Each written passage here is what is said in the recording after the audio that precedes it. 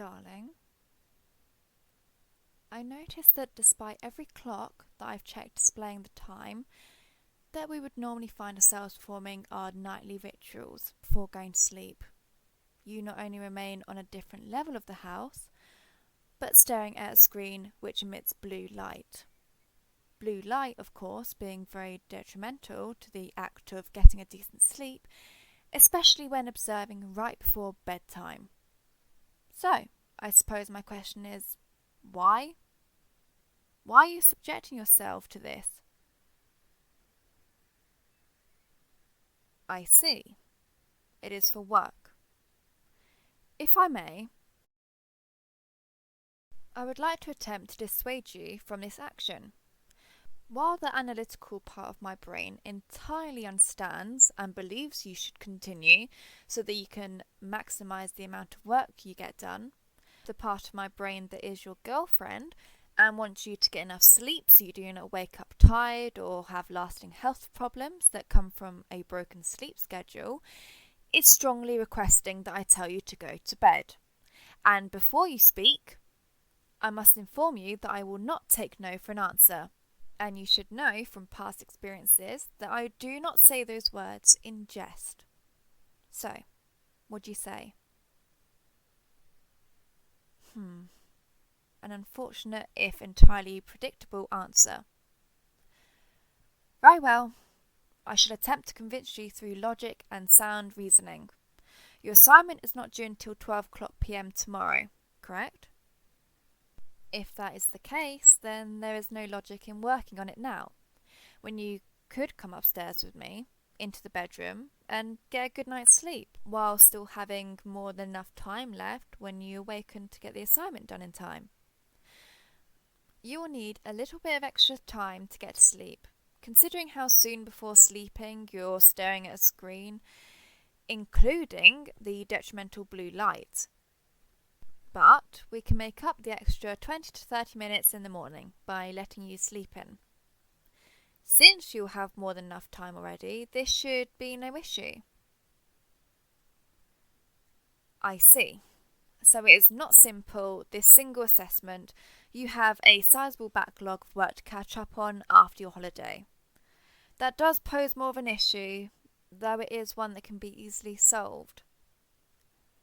Of course it can. You already know that I enjoy having things to do. It stimulates my neuroreceptors and I hyperfocus until the task is completed. So give me some of your assignments and I will complete them for you. Dividing the workload between two people will logically mean that the work is done twice as quickly, and therefore twice as efficiently. This will mean that you can get your large assignment done by 12, and have the rest of the day to complete the others. I do not mind, darling. As previously stated, I enjoy the mental stimulation. Plus, your job is broad enough that many simple Google searches can lead me to the articles I need to research to be able to understand the vast majority of the tasks that will need to be completed. So, what do you say? If I promise to help you with this, will you please come to bed? Very well. I did not want to have to resort to this tactic, but you've left me with no other option that does not involve physical force.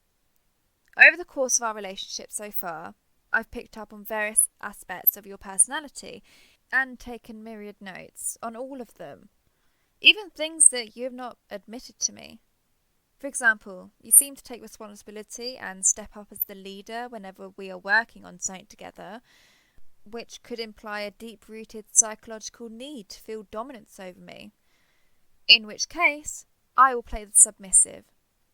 Please, will you come upstairs to bed, Daddy? I noticed that got your attention. Good. I was gonna go with Master, but you have previously made subtle domination-related jokes when I brought up my father in past conversations, which, while humorous, did also lead me to suspect that this would be your preferred term. Judging by the way you perked up when I said it, and the fact that you have not since looked back at your screen, I assume this is something I can add to my notes. This is quite helpful. and admittedly strangely adorable. Very well. If this is what it takes to force you to have a normal sleep schedule, then I will happily be Daddy's good girl. Those 3 words made you switch the computer off entirely.